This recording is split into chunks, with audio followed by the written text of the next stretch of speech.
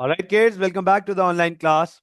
So in our previous class हमने equity section of a limited company initiate किया था. हमने इक्विटी सेक्शन लिमिटेड कंपनी में बहुत डिटेल में अंडरस्टैंड किया कि सर इक्विटी सेक्शन क्या होता है. हमने रिजर्व्स और शेयर कैपिटल सारी चीज़ों को अंडरस्टैंड किया. कैपिटल रिजर्व, रेवेन्यू रिजर्व, सारी चीज़ों को अंडरस्टैंड किया. उसके बाद हमने ये देखा था कि sir different types of issue of shares, कि जो हमारे पास एक लिमिटेड कंपनी के शेयर्स होते हैं जब वो इशू किए जाते हैं तो वो किन किन वैल्यूज पे इशू हो सकते हैं. हमने लास्ट क्लास में इन इसको बहुत डिटेल में डिस्कस किया था. हमने सबसे पहले normal issue at par value understand किया कि सर अगर एक शेयर पार वैल्यू पे बेचा जाए तो क्या रिकॉर्डिंग होगी, उसका मतलब क्या है, उसकी वर्किंग क्या है. फिर हमने देखा था normal issue at premium value, कि सर अगर एक नॉर्मल शेयर प्रीमियम वैल्यू मतलब पार से ऊपर वैल्यू में बेचा जाए तो उसकी क्या वर्किंग है. फिर हमने लास्ट क्लास के आखिरी पार्ट में राइट्स इशू पढ़े थे, कि जिसमें हमने अंडरस्टैंड किया था कि सर एक कंपनी नए शेयर्स जनरल पब्लिक को ऑफर करने से पहले अपने एग्जिस्टिंग शेयर होल्डर्स को ऑफर कर सकती है. उसे राइट इशू कहते हैं. ये पार वैल्यू से ऊपर होता है लेकिन मार्केट वैल्यू से नीचे होता है, ताकि शेयर एग्जिस्टिंग शेयर होल्डर्स को एक अट्रैक्शन मिल जाए कि वो ये शेयर खरीदें. हमने राइट्स इशू तक बहुत डिटेल में सारी चीजें अंडरस्टैंड की थी. आज हमें जो स्टार्ट करना है और वाइंड अप करना है सर वो है बोनस शेयर्स. आज हमें बोनस शेयर्स को अंडरस्टैंड करना है और इसको कंप्लीटली वाइंड अप करना है. और इसी के साथ हम statement of changes in equity का फॉर्मेट इनिशिएट करेंगे और वाइंड अप करेंगे. फोकस कीजिएगा.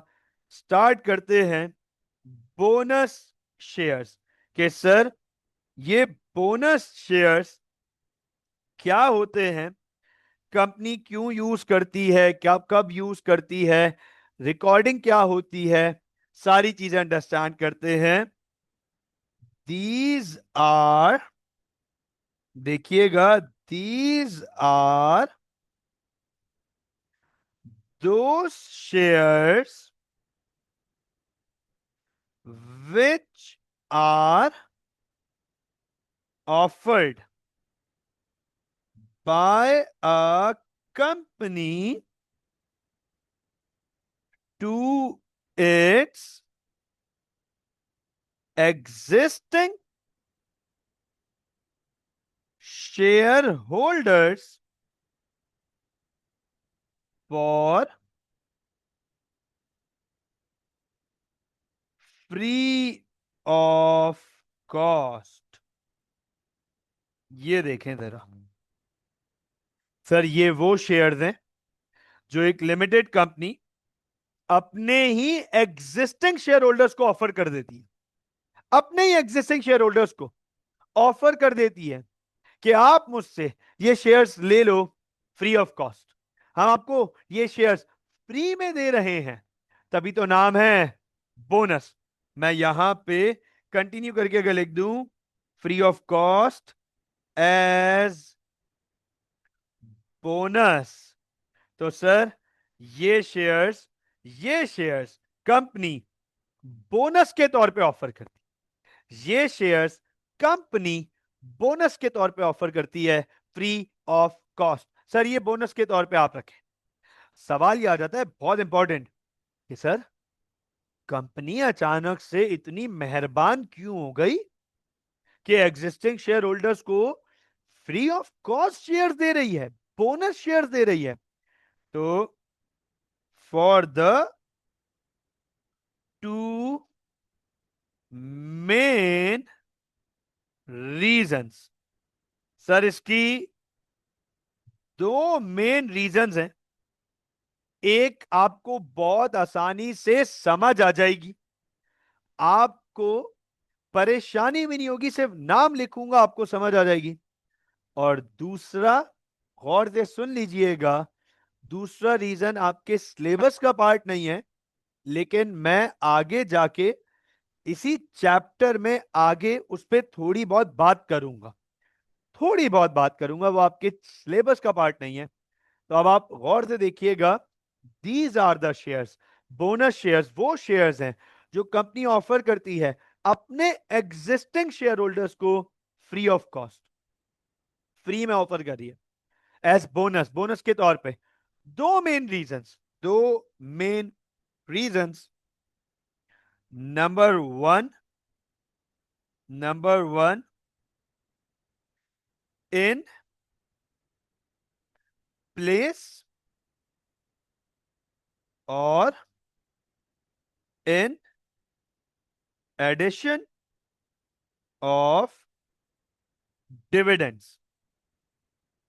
या तो डिविडेंड्स की जगह या डिविडेंड्स के साथ, एडिशन ऑफ डिविडेंड्स, कि हम आपको डिविडेंड्स भी दे रहे हैं और डिविडेंड्स के साथ आपको फ्री में शेयर्स भी दे रहे हैं।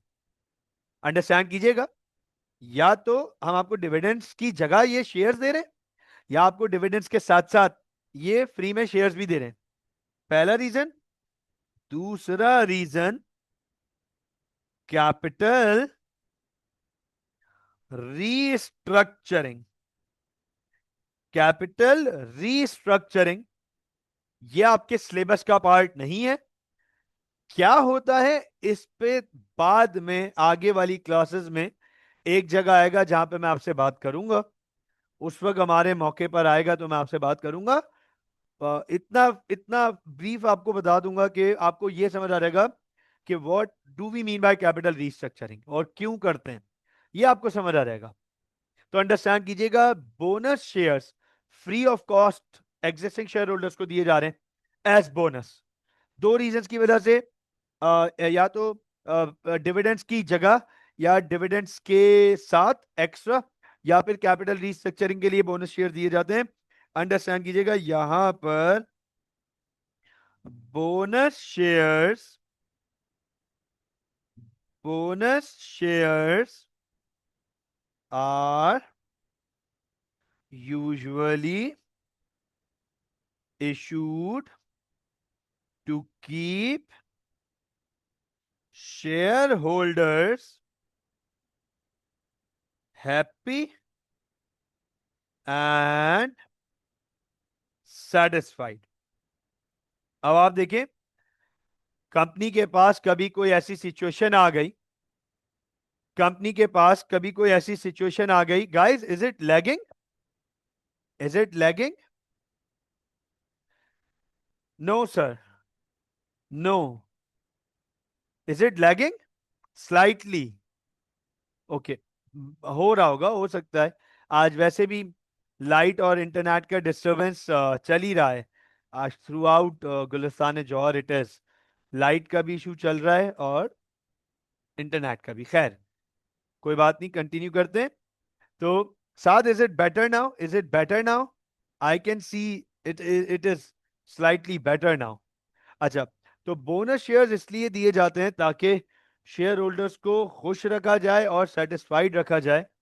अंडरस्टैंड कीजिएगा इस बात पे, कंपनी के पास ऐसा बुरा टाइम आ सकता है कि कंपनी जो है उसके पास ना प्रॉफिट है और ना रेवेन्यू रिजर्व्स हैं। हमने ये बात लास्ट क्लास में पढ़ी है कि company can use revenue reserves to pay dividends.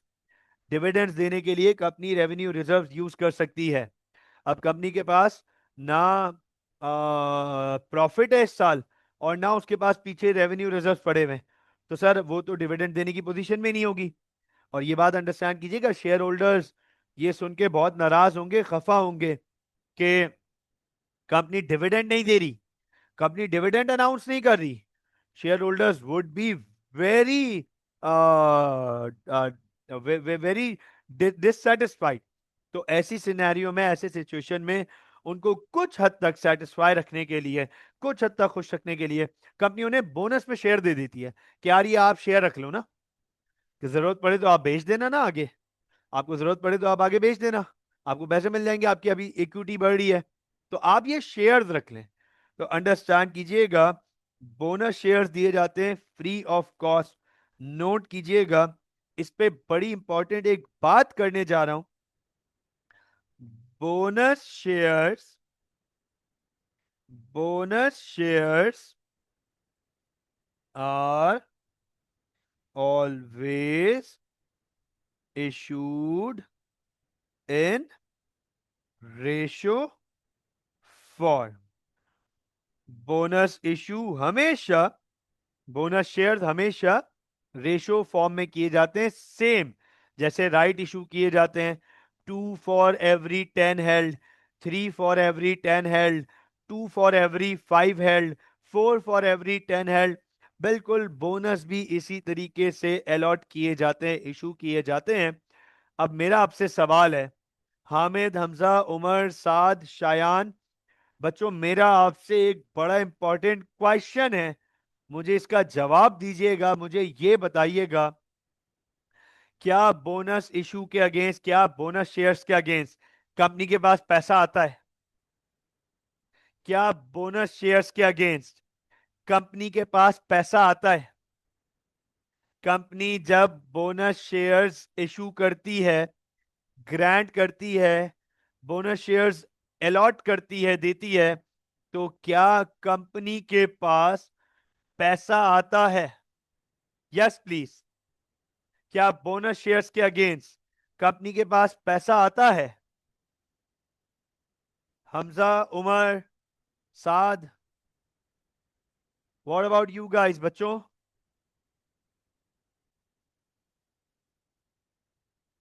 तो सर कंपनी के पास बोनस इशू के अगेंस्ट पैसे नहीं आते, राइट? अब हमने तो ये अंडरस्टैंड किया हुआ है, नोट कीजिएगा, इसको देखिएगा. अगर हम normal issue at par value देखें तो यहां देखिएगा, कंपनी के बैंक अकाउंट में पैसे आ रहे हैं, कंपनी का बैंक अकाउंट डेबिट हो रहा है. Sir normal issue at premium value, तब भी कंपनी के पास पैसे आ रहे हैं, बैंक अकाउंट डेबिट हो रहा है.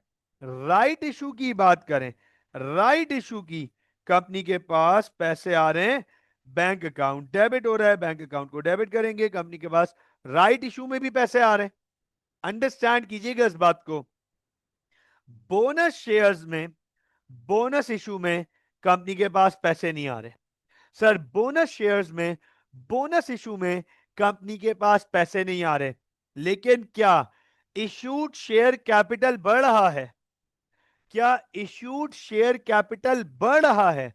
Yes sir, issued share capital तो बढ़ रहा है, क्योंकि कंपनी अपने शेयर्स फ्री में दे रही है, क्योंकि कंपनी अपने शेयर्स फ्री में दे रही है. जब कंपनी अपने शेयर्स फ्री में दे रही है तो अंडरस्टैंड कीजिएगा, उसका कैपिटल तो बढ़ रहा है ना, इशूड शेयर्स की तादाद बढ़ रही है, इशूड शेयर्स की तादाद बढ़ रही है, नंबर ऑफ शेयर्स इशूड बढ़ रहे हैं, तो सर शेयर कैपिटल बढ़ेगा. नोट कीजिएगा, फोकस कीजिएगा, गौर से देखिएगा, यहां पे लिख रहा हूं, ऑर्डिनरी इशूड शेयर कैपिटल तो सर बढ़ेगा, ये तो क्रेडिट होगा लाजमी. ऑर्डिनरी इशूड शेयर कैपिटल तो क्रेडिट होगा लाजमी, क्योंकि कंपनी फ्री में जब शेयर दे रही है तो नंबर ऑफ शेयर्स बढ़ रहे हैं, वैल्यू ऑफ शेयर्स बढ़ रही है. लेकिन सवाल आ जाता है, वेरी इंपॉर्टेंट, सर यहां पैसा तो इन्वॉल्व नहीं है, तो बैंक तो डेबिट नहीं होगा.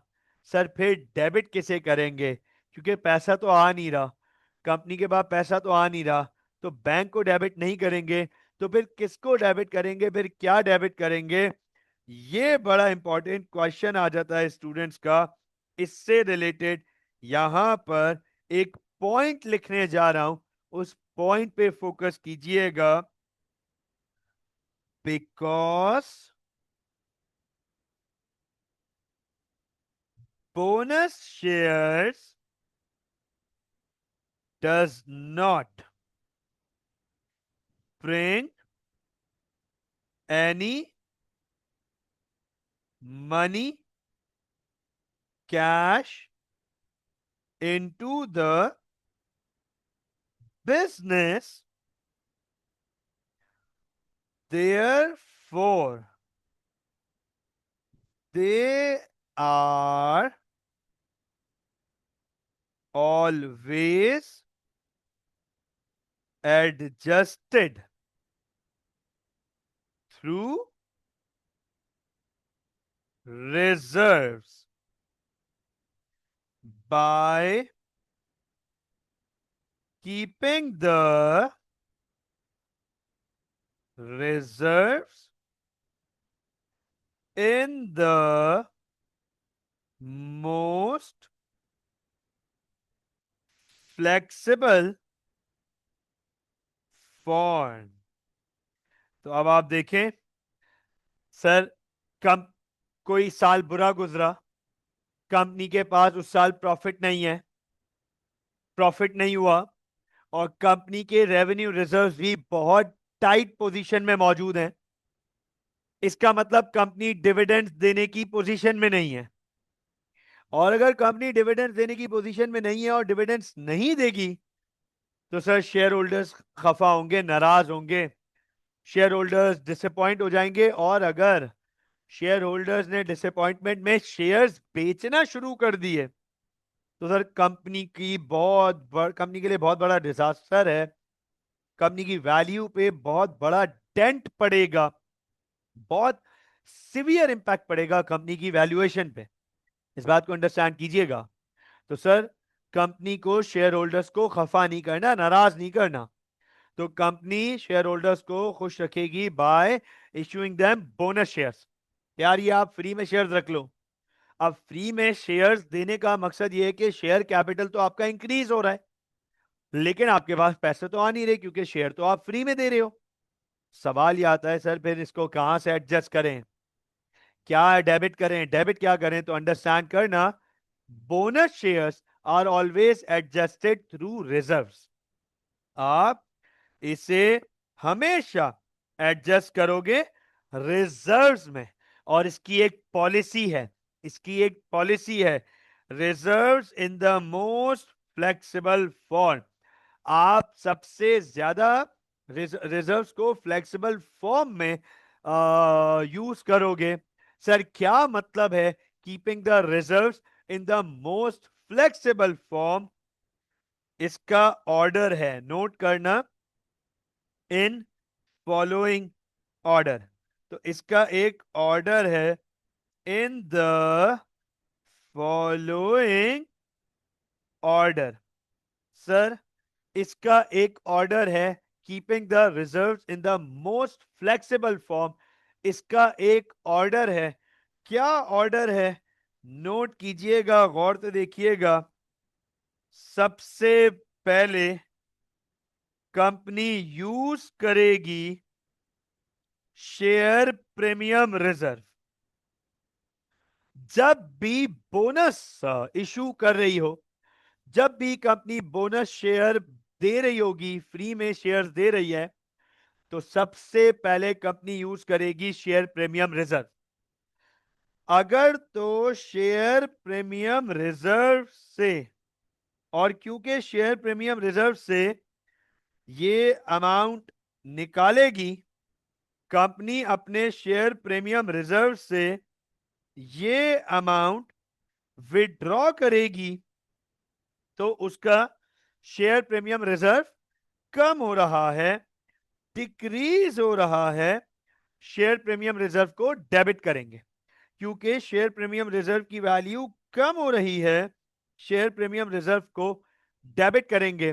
अब अंडरस्टैंड करना, अगर कंपनी के पास इतना शेयर प्रीमियम रिजर्व था कि पूरे शेयर प्रीमियम रिजर्व से आसानी से तमाम बोनस शेयर्स एडजस्ट हो गए, तो फिर तो आपको किसी और रिजर्व की जरूरत पड़ेगी ही नहीं, फिर तो आपको किसी और रिजर्व की जरूरत नहीं पड़ेगी। लेकिन अगर मिसाल के तौर पे आपने इतने बोनस शेयर्स इशू कर दिए कि शेयर प्रीमियम की अमाउंट कम पड़ गई, आपके पास शेयर प्रीमियम रिजर्व में जो अमाउंट अवेलेबल थी वो कम पड़ गई, आपने उससे ज्यादा तादाद में बोनस शेयर्स इशू कर दिए, तो सर अब आप क्या करोगे? अब आप सेकंड वे में, सेकंड उसमें आप यूज करोगे any revenue reserve first and all revenue reserves। अब आप शेयर प्रीमियम के बाद कोई भी रेवेन्यू रिजर्व यूज कर सकते हो, कोई भी, चाहे वो रिटेन अर्निंग हो, चाहे वो जनरल रिजर्व हो। आप चाहो तो पहले जनरल रिजर्व यूज कर लो, और आप चाहो तो पहले रिटेन अर्निंग यूज कर लो। और अगर मिसाल के तौर पे आपने जनरल रिजर्व यूज किया और आपके साथ आपके किसी फ्रेंड ने पहले रिटेन अर्निंग्स यूज किया, दोनों सही हैं, बोथ आर करेक्ट। आप कोई भी रेवेन्यू रिजर्व यूज कर सकते हो आफ्टर शेयर प्रीमियम। आप जनरल रिजर्व यूज कर लो, आपके फ्रेंड ने रिटेन अर्निंग यूज कर लिया, या आपने रिटेन अर्निंग यूज कर लिया, आपके फ्रेंड ने जनरल रिजर्व यूज कर लिया, बोथ आर करेक्ट। इंपॉर्टेंट क्या है, अगर आपने मिसाल के तौर पे शेयर प्रीमियम के बाद जनरल रिजर्व यूज किया और जनरल रिजर्व के बावजूद भी अमाउंट सेटल नहीं हो रही, तो अब आप रिटेन अर्निंग्स यूज करेंगे। और इसी तरीके से अगर आपने शेयर प्रीमियम के बाद रिटेन अर्निंग्स यूज किया और अमाउंट फिर भी सेटल नहीं हो रही, तो आप जनरल रिजर्व यूज कर लेंगे रिटेन अर्निंग के बाद। लेकिन आप सारे रेवेन्यू रिजर्व यूज करेंगे तो सर, अगर शेयर प्रीमियम से भी अमाउंट सेटल नहीं होती, तो आप उसके बाद रेवेन्यू रिजर्व्स यूज करेंगे, revenue reserves debit and ordinary issued share capital credit. ये बनती है हमारी journal entry, double entry. Note कीजिएगा सर, ये बनती है हमारी डबल एंट्री। और एक आखिरी नोट, एक आखिरी नोट बोनस इशू का यहां पे लिख रहा हूं। Bonus shares are always issued in issued at par value. ये बात याद रखिएगा कि सर, बोनस शेयर्स हमेशा पार वैल्यू पर इशू होते हैं, हमेशा, हमेशा पार वैल्यू पर इशू होंगे। तो मुझे बताएं, क्या बोनस शेयर समझ आ गया? Yes please. क्या बोनस शेयर समझ आए? क्या बोनस शेयर्स की बात समझ आ गई कि सर, ये शेयर्स हैं जो फ्री ऑफ कॉस्ट बोनस दिए जाते हैं, एग्जिस्टिंग शेयर होल्डर्स को दिए जाते हैं ताकि वो खुश रहें, डिविडेंड्स की जगह उनको दिया जा सके। बोनस इशू, हम बोनस शेयर हमेशा पार वैल्यू पर होगा और रेशो फॉर्म में होगा, क्योंकि बोनस शेयर्स कंपनी के लिए कोई पैसा लेकर नहीं आता, इसलिए इसे हमेशा एडजस्ट करना पड़ेगा। कैसे एडजस्ट करना पड़ेगा? पहले इसे एडजस्ट करेंगे शेयर प्रीमियम से। अगर शेयर प्रीमियम से भी ये पूरा एडजस्ट ना हो सके, तो फिर हम इसे किसी भी रेवेन्यू रिजर्व, पहले कोई भी रेवेन्यू रिजर्व और सारे रेवेन्यू रिजर्व से एडजस्ट करेंगे। ये पूरा बोनस शेयर की वर्किंग है। आपके सामने बोनस शेयर का एक सवाल अटेम्प्ट करने जा रहा हूं, ये देख लीजिएगा। आपके सामने ये सवाल अटेम्प्ट करने जा रहा हूं। ABC Limited provided the following information: ordinary issued share capital $1, 100,000। तो नोट कीजिएगा सर, $1, ये जो $1 है, गौर से देखिएगा सर, ये जो $1 है सर, ये पार वैल्यू हो गई ना, par value, par value. Company के पास शेयर प्रीमियम 20,000 मौजूद है, रिटेन्ड अर्निंग्स 10,000 मौजूद है, जनरल रिजर्व 5,000 मौजूद है, कंपनी के पास टोटल इक्विटी $135,000 की मौजूद है। ये कंपनी के पास टोटल इक्विटी है $135,000 की, जिसमें 100,000 का कैपिटल है, ordinary issued share capital. ABC limited decided to issue bonus shares of 3 for every 10 held। हर 10 पर 3 बोनस शेयर्स, हर 10 पे 3 बोनस शेयर्स। जिसके पास 10 शेयर्स हैं, कंपनी उसे 3 बोनस शेयर्स दे रही है। अब मेरा आपसे एक सवाल है, मेरा आपसे एक सवाल है, हामिद, हमजा, उमर, शायान, बच्चों, क्या हमें यहां पर जो हमने सबसे पहला शेयर इशू पढ़ा था, normal issue at par value, जो हमने सबसे पहले पढ़ा था, यहां तो लिखा था कि 15,000 ऑर्डिनरी शेयर्स, यहां लिखा था 15,000 ऑर्डिनरी शेयर्स। इसी तरीके से जब प्रीमियम की बात आई थी सर, तब भी यहां लिखा था 15,000। सर बोनस में तो लिखा ही नहीं है, बोनस में तो बताया ही नहीं है कितने शेयर्स, हाउ मैनी शेयर्स। तो सुन लीजिएगा, इसकी वर्किंग हमें खुद करनी पड़ेगी, इसकी वर्किंग हमें खुद करनी पड़ेगी। सर कैसे करेंगे? सबसे पहले हम निकालेंगे number of shares already in issue. सबसे पहले हम निकालेंगे number of shares already in issue. तो अब आप नोट कीजिएगा, गौर से देखिएगा। सर 1 लाख कैपिटल है, 100,000 का कैपिटल है, और एक शेयर $1 का है, एक शेयर $1 का है। तो आप नोट कीजिएगा 100,000 शेयर्स, 100,000 शेयर्स। इस कंपनी ने 1 लाख शेयर्स ऑलरेडी इशू किए हुए हैं। इसके बाद सर अब बारी आएगी बोनस शेयर्स की। बोनस शेयर्स नोट कीजिएगा, 1 लाख शेयर्स, हर 10 पर 3 शेयर्स। ये देखो, जिसके पास 10 शेयर्स है उसको 3 शेयर्स बोनस दिए जा रहे हैं।